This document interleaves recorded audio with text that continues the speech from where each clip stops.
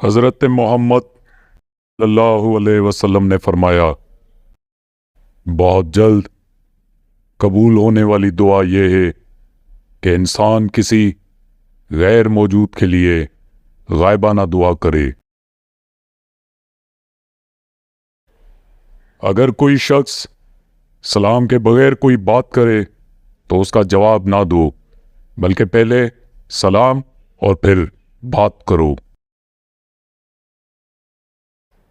رسول اللہ صلی اللہ علیہ وسلم نے فرمایا، اپنے بارے میں خیر کے سوا کچھ نہ کہو، کیونکہ جو کچھ تم کہتے ہو فرشتے اس پر آمین کہتے ہیں۔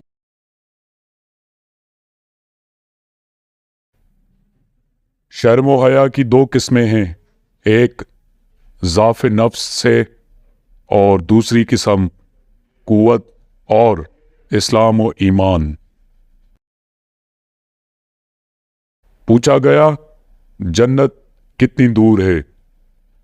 آپ صلی اللہ علیہ وسلم نے فرمایا، جنت 2 قدم پر ہے، پہلا قدم نفس پر رکھ دو، دوسرا قدم جنت میں ہوگا۔ حضرت محمد صلی اللہ علیہ وسلم سے پوچھا گیا کہ کون سی دعا زیادہ سنی جاتی ہے؟ تو آپ صلی اللہ علیہ وسلم نے ارشاد فرمایا، رات کے آخر کا اور فرض نماز کے بعد کی دعا۔ آپ صلی اللہ علیہ وسلم نے فرمایا، جب بندہ کہتا ہے یا رب یا رب یا رب، تو اللہ تعالیٰ فرماتا ہے، لبیک عبدی، مانگ تجھے عطا کیا جائے۔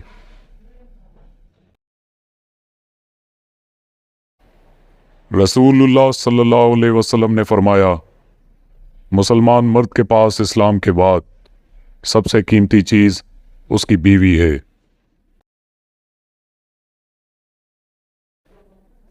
نبی کریم صلی اللہ علیہ وسلم سے پوچھا گیا کہ نجات کا ذریعہ کیا ہے؟ آپ صلی اللہ علیہ وسلم نے فرمایا، اپنی زبان قابو میں رکھو اور اپنے گناہوں پر رویا کرو۔ رسول اللہ صلی اللہ علیہ وسلم نے فرمایا، کیا میں تمہیں جہنمی لوگوں کے بارے میں نہ بتاؤں؟ سخت مزاج، بد اخلاق اور تکبر کرنے والا جہنمی ہے۔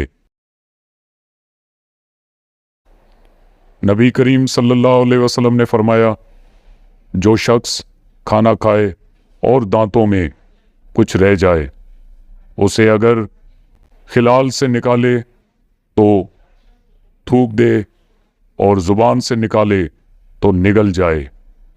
جس نے ایسا کیا اچھا کیا، اور نہ کیا تو بھی حرج نہیں۔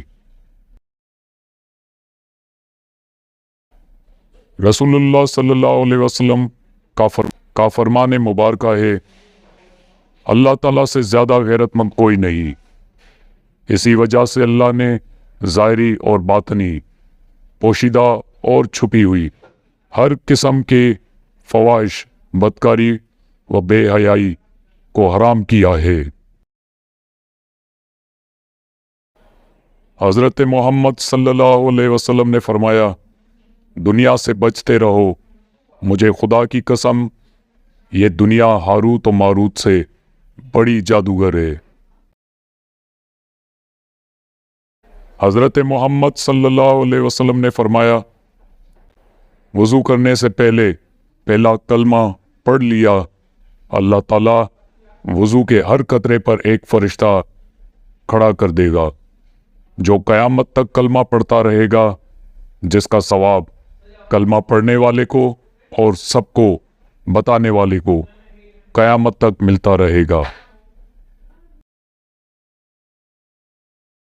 آپ صلی اللہ علیہ وسلم نے فرمایا، اگر جھک جانے یعنی عاجزی اختیار کرنے سے تمہاری عزت گھٹ جائے تو قیامت کے دن مجھ سے لے لینا۔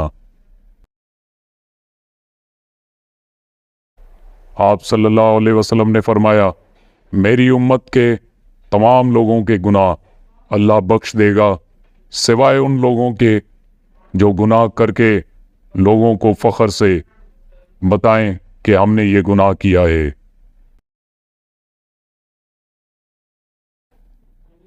نبی پاک صلی اللہ علیہ وسلم نے فرمایا، دین دیکھو، اخلاق دیکھو اور رشتہ کر دو۔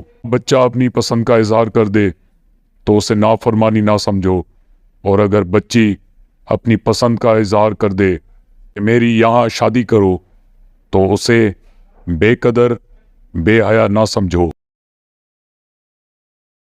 رسول اللہ صلی اللہ علیہ وسلم نے ارشاد فرمایا، کوئی شخص اپنی طاقت سے زیادہ مہمان کے لیے تکلف نہ کرے۔